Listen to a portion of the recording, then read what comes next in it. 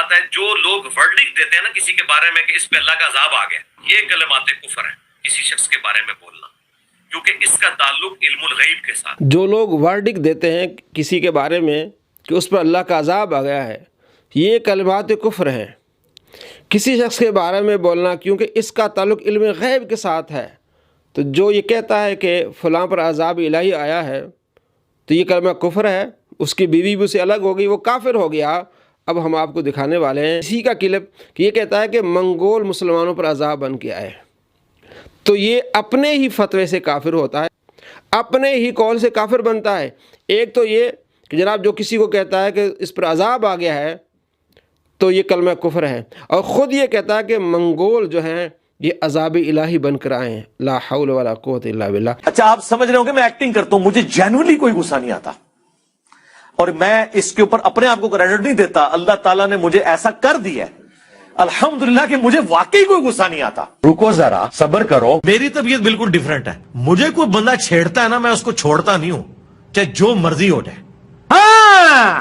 ہم منگولوں کی اولاد ہیں، ان کو پتہ نہیں ہے منگولاں دے ہاتھ لگے نے تو اڈے سارے بابے منگولاں نے وڈے ہوئے نے، جتنے اولیاء اللہ نے جدوں وہ کافر سن، اور انہوں منگول مسلمان ہو جان تے ان بھی بابے انہوں نے وڈنے نے، تو ایک میری سرشت میں ہے، میری نیچر کے اندر ہے۔ لیکن یہ پتہ نہیں ہے کہ صوفی سارے منگولوں نے ختم کیے ہیں، اوتھے کو صوفی کام نہیں آیا، جدوں منگول چڑھے نا وہ اللہ کا عذاب بن کے نازل ہوئے نا ان کے اوپر۔ رکو ذرا، صبر کرو۔ ظاہر ہے کہ تکلیف اللہ تعالیٰ کی طرف سے انسان پہ آتی ہیں، کبھی اس کی بدعمالیوں کے نتیجے میں، کبھی آزمائش کی صورت میں۔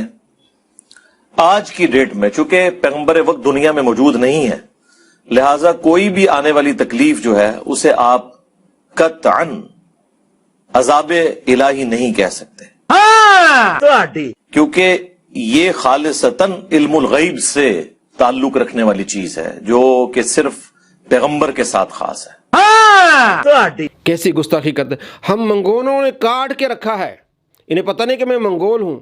ایک تو یہ کفر کر رہا ہے اپنے ہی فتوے سے، دوسرا یہ فخر کر رہا ہے۔ نبی صلی اللہ تعالیٰ علیہ وآلہ وسلم فرماتے ہیں، مسلم شریف میں حدیث ہے کہ میری امت میں جاہلیت کے کاموں میں سے 4 باتیں ہیں، ان میں سے ایک بات یہ ہے کہ باپ دادا پر فخر کرنا، جاہلی نسب پر فخر کرنا۔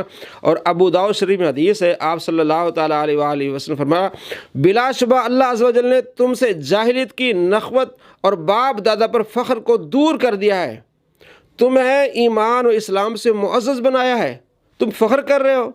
اور آگے سلسلہ احادیث صحیحہ میں حدیث ہے کہ نبی علیہ السلام کے سامنے ایک شخص نے کہا کہ میں فلاں کا بیٹا ہوں، فلاں کا بیٹا ہوں، اس نے فخر کیا تو آپ علیہ السلام نے فرمایا کہ تو موسیٰ علیہ السلام کے زمانے میں بھی ایک شخص نے فخر کیا تھا، میرا فلاں باپ ہے، میرا فلاں باپ، 9 اس نے نسب گنائے تھے، تو اللہ نے وہی فرمائی کہ 9 کے 9 سارے جہنمی ہیں اور تو 10واں بھی جہنمی ہے، جو جاہلی نسب پر فخر کرتا ہے۔ اور ترمذی شریف میں حدیث ہے، آپ علیہ السلام فرماتے ہیں، باز آ جائیں وہ قومیں جو اپنے ان آبا اجداد پر فخر کر رہی ہیں، جو مر چکے ہیں، وہ جہنم کا کوئلہ بن چکے ہیں، اور یہ فخر کر رہا ہے۔ ہم منگولوں نے ان کو کاٹ کے رکھا ہے، مسلمان شہید ہوئے اس پر یہ فخر کر رہا ہے کیونکہ اس کے دل میں بغض ہے، اور جس کے دل میں بغض آ جاتا ہے تو وہ اللہ کا دشمن بن جاتا ہے۔ تو جو اللہ کا دشمن بنے گا تو اس طرح اپنے ہی فتوے سے کافر بنے گا۔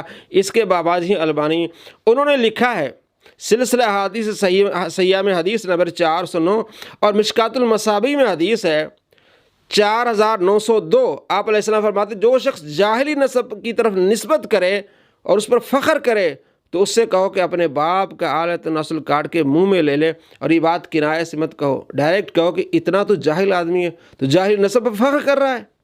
اور ترمذی شریف میں حدیث ہے 3955، آپ صلی اللہ تعالیٰ علیہ وآلہ وسلم فرمایا، لوگ اپنے فوت شدہ آبا و اجداد پر فخر کرنے سے باز آ جائیں، وہ تو دوزخ کے کوئلے ہیں، یا وہ اللہ کے یہاں کرم نجاست سے بھی زیادہ حقیر ہیں، جو کہ اپنی ناک سے غلاظت دھکیلتا ہے، یعنی جو فخر کرتا ہے۔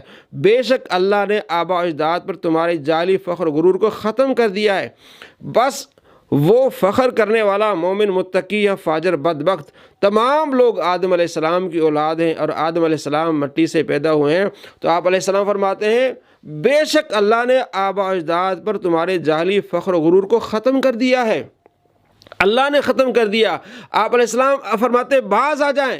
یہ باز نہیں آ رہا, یہ اللہ سے غداری کر رہا ہے, نبی علیہ السلام سے غداری کر رہا ہے. صرف اس کے دل میں بغض آیا ہے. کس کا؟ اولیاء کرام کا. تو پہلے اس کے دل میں اولیاء کرام کا بغض آیا, اس طرح اس نے کفر جملے کہے اور خود اپنے فتوے سے کافر بن رہا ہے.